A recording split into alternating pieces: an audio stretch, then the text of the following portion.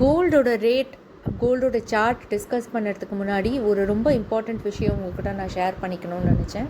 அது வந்து பார்த்திங்கன்னா நம்மளோட சேவிங் அண்ட் நம்மளோட பேட்டர்ன். நம்மளோட சேவிங் அண்ட் நம்மளோட இன்கம் ஆர் நம்மளோட பேசிவ் இன்கம் வந்து பேட்டர்ன் பார்த்திங்கன்னா அது வந்து ஒரு ஹேபிட்டாக டெவலப் பண்ணுறது தான். இப்போ கொஞ்ச நாளாகவே நம்ம பார்த்திங்கன்னா கோல்டு பின்னாடி தான் ஓடிட்டுருக்கோம். நான் அந்த பேட்டர்ன் வந்து நிறைய பேருக்கு பார்த்திங்கன்னா மாறி இருக்குது. யூஷுவல் இன்வெஸ்டரோட பேட்டர்ன் எப்போவுமே சேமாக தான் இருக்கும். என்னோடய பேட்டர்னும் பார்த்திங்கன்னா மாறி இருக்குது. யூஸ்வலாக நான் என்ன பண்ணுவேன்னா, ஒரு அமௌண்ட் வந்ததுன்னா அது கேஷ் ஃப்ளோக்கு எப்படி என்னால் இம்ப்ளிமெண்ட் பண்ண முடியும் தான் பார்ப்பேன்.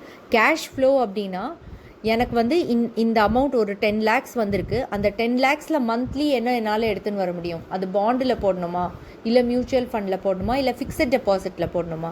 ஸோ ஒரு பார்ட் எடுத்து ஃபிக்ஸட் டெபாசிட்டில் ஃபிக்ஸட் இன்கமில் போட்டுடுவேன். ஸோ தட் அது வந்து மந்த்லி வந்து ஒரு அமௌண்ட் ஜென்ரேட் பண்ணி கொடுக்கும். பட் ஆஃப்லேட் பார்த்திங்கன்னா பாஸ்ட் 1.5 yearsஆகவே பார்த்திங்கன்னா நானுமே அது பண்ணவே இல்லை. அந்த பேட்டர்ன் மாதிரி இருக்குது. எல்லாருமே வந்து கோல்டு பின்னாடி ஓடி இருக்கும். ஏன்னா இது வந்து ஒரு அப்நார்மல் க்ரோத் ஆகிருக்கு. 80-85% வரைக்கும் ஏறி இருந்தது பார்த்திங்கன்னா அது வந்து நார்மல் கிடையாது.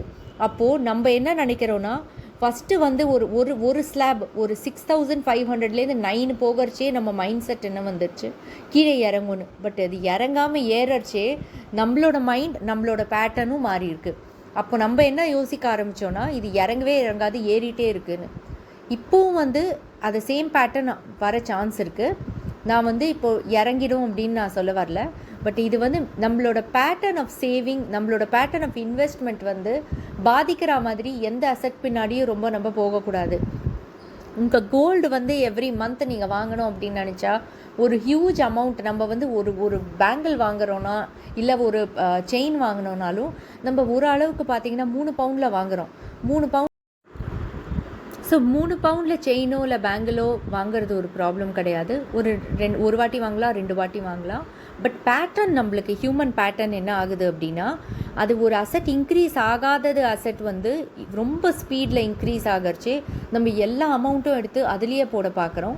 அது வந்து ஒரு ரொம்ப டேஞ்சரஸான சிச்சுவேஷன். அது வந்து சேவிங் பேட்டர்னே கிடையாது. ஒரு இன்வெஸ்டரோட ஐடியல் இன்வெஸ்டருக்கு அந்த பேட்டர்ன் வந்து ஃபாலோ பண்ணுறது வந்து not the right way.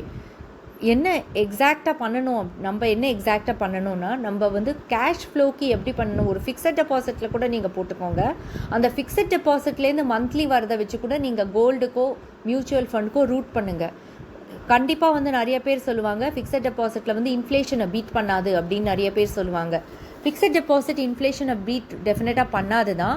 But fixed டெபாசிட்லேருந்து ஒரு பல்க் அமௌண்ட்டை நீங்கள் வந்து ஃபிக்ஸடில் போட்டு அது மந்த்லி நீங்கள் எடுக்கிறச்சே, ஃபிக்ஸட்னா கரெக்டாக fixed amount, fixed deposit recurring டெபாசிட்னு நான் சொல்ல வரல. நீங்கள் பாண்டில் கூட போடலாம். ஸோ பாண்டில் போட்டாலும் அது வந்து நீங்கள் யோசித்து நீங்கள் போடுங்க. ஏன்னா நான் எந்த பாண்டும் நான் சஜஸ்ட் பண்ண மாட்டேன். பட் எதில் போடுறீங்களோ ஃபிக்ஸட் அமௌண்ட் வந்து வருது. சேஃபஸ்ட்டு பார்த்தீங்கன்னா ரெக்கரிங் டெபாசிட்டோ இல்லை ஃபிக்ஸட் டெபாசிட்டோ தான். பேங்க்ஸ் ஃபிக்ஸட் டெபாசிட் வந்து இன்ஃப்ளேஷன் பீட் பண்ணாதுன்னு சொன்னீங்கனாலும் அதில் வர அமௌண்ட்டை திரும்பி நீங்கள் ரூட் பண்ணி கோல்டாவோ பார்ட் ஆஃப் இட் கோல்டாவோ ஒரு பார்ட் ஆஃப் இட் எடுத்து நீங்கள் மியூச்சுவல் ஃபண்டில் போடுறது இன்னும் சேஃப் பெட். அதுதான் ஒரு இன்வெஸ்டர் பண்ணுவாங்க. நிறைய பார்த்திங்கன்னா ரிச் டேட் புவர் டேட் பற்றி வந்து நிறைய பேர் வந்து கமெண்ட் அடிச்சிருப்பாங்க, இந்தியன் சினாரியோவுக்கு அது சூட் ஆகாதுன்னு. கண்டிப்பாக அந்த புக்கில் இருக்கிறது எல்லாமே இந்தியன் சினாரியோவுக்கு சூட் ஆகாது. ஆனால் அதில் ஒரு இம்பார்ட்டண்ட் விஷயம் ஒரு இன்வெஸ்டர், எந்த இன்வெஸ்டரும் ஃபாலோ பண்ணுறது வந்து பார்த்திங்கன்னா கேஷ் ஃப்ளோ குவாட்ரண்ட்டுன்னு சொல்லியிருப்பார். அது வந்து லைஃப்பில் ரொம்ப இம்பார்ட்டண்ட்டுங்க. கேஷ் ஃப்ளோ குவாட்ரண்ட் மட்டும் நம்ம கரெக்டாக பண்ணிட்டோன்னா நம்மளுக்கு லைஃப்பில் டிபெண்டன்சிங்கிறதே ஃபுல்லாக கம்மியாயிடும். அதை பற்றி நான் ஃபுல் டீட்டெயில் வந்து உங்களுக்கு நெக்ஸ்ட் வீடியோவில் காமிக்கிறேன். இப்போ வரைக்கும் நம்ம இதில் வந்து ஒரு அளவுக்கு பார்த்துட்டு நம்ம வந்து கோல்டு சார்ட் பார்த்துடுவோம். ஸோ இந்த இமேஜில் மெயினாக என்ன சொல்ல வரேன்னா, நியூஸ் வந்து நேற்று நடந்தது தான் இன்றைக்கி வந்து போட போகிறாங்க. அதே மாதிரி சார்ட் வந்து இப்போது நடக்கிறதுன்னு நம்மளுக்கு தெரியும். ஓகே, நீங்கள் சொல்லலாம் கோல்டு சார்ட் நாளைக்கு அப்டேட் இப்போ தெரியும்னு, கரெக்டு.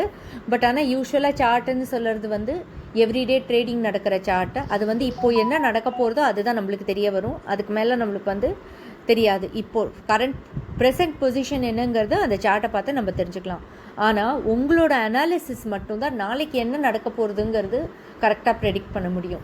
எந்த யூடியூப் சேனலோ இல்லை எந்த ப்ரெடிக்ஷனோ ஆர் எந்த ஜேபி மார்கனாக இருக்கட்டும் இல்லை எந்த பெரிய பேங்காக இருக்கட்டும், அவங்களது நியூஸை நீங்கள் பார்க்கலாமே தவிர அதுதான் நடக்க போகிறதுன்னு 100% நம்பாதீங்க. நீங்கள் உங்களோட அனாலிசிஸ் எடுங்க, உங்களுக்கு அனாலிசிஸ் மெத்தட் எடுத்துக்கோங்க, அதுக்கு ஒரு ஸ்ட்ராட்டஜி ஃபார்ம் பண்ணுங்கள். இப்போ எனக்கு ஒரு ஸ்ட்ராட்டஜி இருக்குது, ஒரு அசட் கிளாஸ் இவ்வளோ மேலே போச்சுன்னா அதில் நான் இதுக்கு மேலே இன்வெஸ்ட் பண்ண மாட்டேன்னு எனக்கு ஒரு ஸ்ட்ராட்டஜி இருக்குது. அதே மாதிரி உங்கள் இன்கம்க்கு ஏற்ற மாதிரி நீங்கள் ஒரு ஸ்ட்ராட்டஜி ஃபார்ம் பண்ணுங்கள். அந்த ஸ்ட்ராட்டஜி லைஃப் லாங் கண்டினியூஸாக ஃபாலோ பண்ணுற மாதிரி ஒரு ஸ்ட்ராட்டஜி பண்ணுங்கள். அப்போ தான் உங்களால் அதில் சேவிங்ஸ் நிறையா பண்ண முடியும். கேஷ் ஃப்ளோக்கு என்ன பண்ணணுங்கிறது நான் அடுத்த வீடியோவில் சொல்கிறேன். பட் ஒரு மெயின் விஷயம் என்னென்னா, நம்மளோட பேட்டர்ன், நம்மளோட சேவிங் மெத்தட் அது ரொம்ப இம்பார்ட்டண்ட். ஒரே அசட் கிளாஸில் எப்போ போடலாம் எப்போ போடக்கூடாதுன்னு ஒரு பேட்டர்ன் வச்சுக்கோங்க. லோவஸ்ட் லெவலில் இருக்கிறச்சே ஒரு அசட் கிளாஸில் நிறைய போடுறதும், பீக்கில் வரச்சே கம்மியாக போடுறதும் அது ஒரு பேட்டர்னாக வச்சுக்கோங்க. அதே மாதிரி ஆவரேஜிங்கும் பேட்டர்ன் வச்சுக்கோங்க. எனக்கு பார்த்தீங்கன்னா ஆவரேஜிங் ஒரு பேட்டர்ன் இருந்தாலும் அது இன்பிட்வீன் தான் அந்த ஆவரேஜிங் பேட்டர்ன் நான் ஃபாலோ பண்ணுவேன். மோஸ்ட்லி பார்த்தீங்கன்னா ஒரு அசட் கிளாஸ் பீக்கில் போச்சுன்னா அதில் ரொம்பவே இன்வெஸ்ட்மெண்ட் குறைச்சிடுவேன். உங்களுக்கு நீங்கள் ஒரு ஸ்ட்ராட்டஜி ஃபார்ம் பண்ணிக்கோங்க. எல்லாருக்கும் ஒரே இன்கம் ஸ்ட்ரீம் இருக்காது. இப்போ எனக்கு பார்த்தீங்கன்னா நிறைய அமௌண்ட் இருக்குது அப்படின்னா அப்போ நான் கவலையே படாமல் எல்லாத்துலேயுமே ஈக்குவலாக போடலாம். பட் எனக்கு இன்கம் லிமிட்டட் அப்படிங்கிறச்சே என்னால் ஒரே அசட் கிளாஸில் ரொம்ப போட முடியாது. அஃப்கோர்ஸ் இந்த 1.5 இயர்ஸில் பார்த்தீங்கன்னா நிறைய ஒரே அசட் கிளாஸில் தான் நான் போட்டிருக்கேன். அது கரெக்டுன்னு நான் சொல்ல வரல. இப்போ பீக்கில் ரீச் ஆகவே நம்ம வேறு அசட் கிளாஸும் நம்ம ட்ரை பண்ணணும். இது இப்போது கோல்டு பார்த்துடலாம், எவ்வளோ குறைஞ்சிருக்குன்னு பார்க்கலாம், என்ன நடக்க போகிறதுங்கிறதும் நம்ம ஓரளவுக்கு அனலைஸ் பண்ணலாம். வீடியோ யூஸ்வலாக ரொம்ப லாங்காக நான் போட மாட்டேன். பட் இன்றைக்கி நான் லாங்காக போடுறதுக்கு காரணம் இந்த பேட்டர்ன் நான் அப்சர்வ் பண்ணதுனால இதெல்லாமே உங்கள்கிட்ட ஷேர் பண்ணிக்கணும் அப்படின்னு நினச்சி தான் நான் கொஞ்சம் லாங் ஆகிடுச்சு இந்த வீடியோ. அதுக்கு சாரி. பட் இது பார்த்திங்கன்னா இப்போ கோல்டில் பார்த்திங்கன்னா 2.36 டவுன். இன்றைக்கி இது கம்மியாகும் கொஞ்சம். மண்டே எப்படி இருக்கும்னா எனக்கு தெரிஞ்சு இது ஓரளவுக்கு டவுன்வர்ட் ட்ரெண்டில் தான் போகுது. ஏன்னா ஃபோக்கஸ் எல்லாமே ஆயிலில் இருக்கிறது அப்படின்னு எல்லாரும் சொல்கிறாங்க. ஃபோக்கஸ் ஆயிலில் இருக்குது, கரெக்டு தான். இன்ஃப்ளேஷனும் அதனால ஜாஸ்தி ஆகும். இன்ஃப்ளேஷன் நிறையா ஆகுது. அதே மாதிரி ரேட் கட் பண்ண மாட்டாங்க.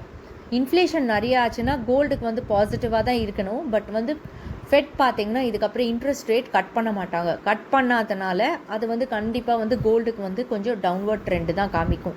பட் இதெல்லாத்தையும் தாண்டி நம்ம ஃபெட்டு கட் பண்ணுறாங்களா இல்லையாங்கிறது நான் என் சைட்லேருந்து அனலைஸ் பண்ணச்சு அதை நான் பார்க்கல. நான் பார்த்தது ஒரே விஷயந்தான், 1 இயருக்கு ஒரு அசட் கிளாஸ் எப்படி பர்ஃபார்ம் பண்ணியிருக்கு, அதனோட வேல்யூ எவ்வளோ அசைன் பண்ணலான்னு. ஸோ இதுக்கு மேக்ஸிமம் வேல்யூ நான் அசைன் பண்ணது நாட் மோர் தென் 15,000. 15,000ங்கிறதுனால சேஃப்டிக்கு 12,000க்கு மேலே இருந்தால் வாங்கக்கூடாதுன்னு மைண்ட் செட் நான் வச்சுட்டேன். ஸோ 12,000க்கு அப்புறம் 500க்கு அப்புறமே வாங்கிறது ரொம்பவே கம்மி பண்ணியாச்சு. இன்னும் பார்த்தீங்கன்னா 1 இயர் டேட்டா பார்த்தீங்கன்னா 63.72. ஐடியலாக 25%க்கு மேலே இருந்ததுனாலே கொஞ்சம் கேர்ஃபுல்லாக இருக்கணும். பட் இந்த விஷயத்தில் நம்ம ஏன் 25%க்கு மேலே போனதுக்கப்புறமும் வாங்கினோம் அப்படின்னா, ஆல்ரெடி பார்த்தீங்கன்னா இத்தனை வருஷம் கோல்டோட வேல்யூ மேனிப்புலேட் பண்ணி கீழே தான் வச்சுருந்தாங்க. ஸோ இது ஓகே அப்படின்னு நினச்சி நம்ம வாங்கினோம். இப்போவும் பார்த்தீங்கன்னா கம்மியாகுமா ஜாஸ்தியாகுமான்னு உங்களுக்கு ஒரு டவுட் வரும். என்னை பொறுத்தவரையிலும் ஓரளவுக்கு தான் டவுன்வர்ட் ட்ரெண்ட் போகும், ரொம்பலாம் கீழே இறங்காதுன்னு எனக்கு தோணுது.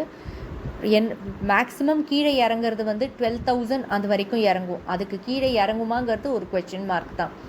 ஸோ எவ்வளோ ஃபாஸ்ட்டாக இது அதர் திங் எப்படி நீங்கள் கண்டுபிடிக்கலான்னா 60 days ஆவரேஜ் எடுங்க. 60 days டீட்டெயில் நீங்கள் எடுத்திங்கன்னா 4,800 இருக்குது பாருங்கள். ஸோ 4,800லேருந்து கம்மியாக வந்திருக்கு. ஸோ 60 days வரைக்கும் இந்த ரேஞ்ச் வரைக்கும் நம்மளுக்கு சேஃப் தான். தட் இஸ் 60 daysல எவ்வளோ சீக்கிரம் மேலே ஏறி இருக்கோ அது கீழே இறங்க கன்ஃபார்ம்டாக சான்ஸ் இருக்குது. இது நான் முன்னாடி இருக்கிற வீடியோலையும் சொல்லியிருப்பேன். பார்த்தீங்கன்னா 1 monthல எவ்வளோ சீக்கிரம் மேலே ஏறி இருக்கோ அது கீழே வர சான்ஸ் இருக்குது. 1 year பாருங்கள் 3,000லேருந்து ஆரம்பிச்சிருக்குங்க. ஸோ இந்த 1 yearல ரேலி பார்த்தீங்கன்னா 3,000லேருந்து இப்போ பார்த்தீங்கன்னா 4,400.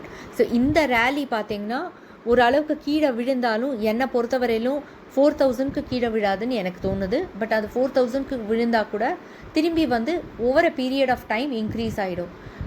எல்லாருக்குமே தெரியும் கோல்டு வந்து இன்க்ரீஸ் ஆகும்னு. பட் ஆனால் நீங்கள் சார்ட் வந்து எடுத்து பார்த்தீங்கன்னா நம்மளுக்கு கோல்டு ஏன் இன்க்ரீஸ் ஆகிருக்குன்னா இந்தியன் ருப்பி டிவேல்யூ ஆனதுனால உங்களுக்கு வந்து கோல்டு வந்து ஸ்டாக்னண்ட்டாக இருந்தது தெரியல. எல்லா இயரும் வந்து இன்க்ரீஸ் ஆகிருக்குன்னு நீங்கள் நினச்சிட்ருக்கீங்க. பட் ஆல்மோஸ்ட் பார்த்தீங்கன்னா 10 இயர்ஸ் வந்து கோல்டோட பர்ஃபார்மன்ஸே ஒன்றும் இல்லாமல் இருந்திருக்கு யூஎஸ் டாலர்ஸ் டேர்ம்ஸில். அப்போ நீங்கள் அது யூஎஸ் டாலர்ஸ் டேர்ம்ஸில் பார்த்தீங்கன்னா எவ்வளோ அண்டர் பர்ஃபார்மிங்காக இருந்திருக்கு கோல்டு, எவ்வளோ மேனிப்புலேட் பண்ணி கீழே விட்டுருக்காங்க கருது நீங்கள் பார்க்கலாம்.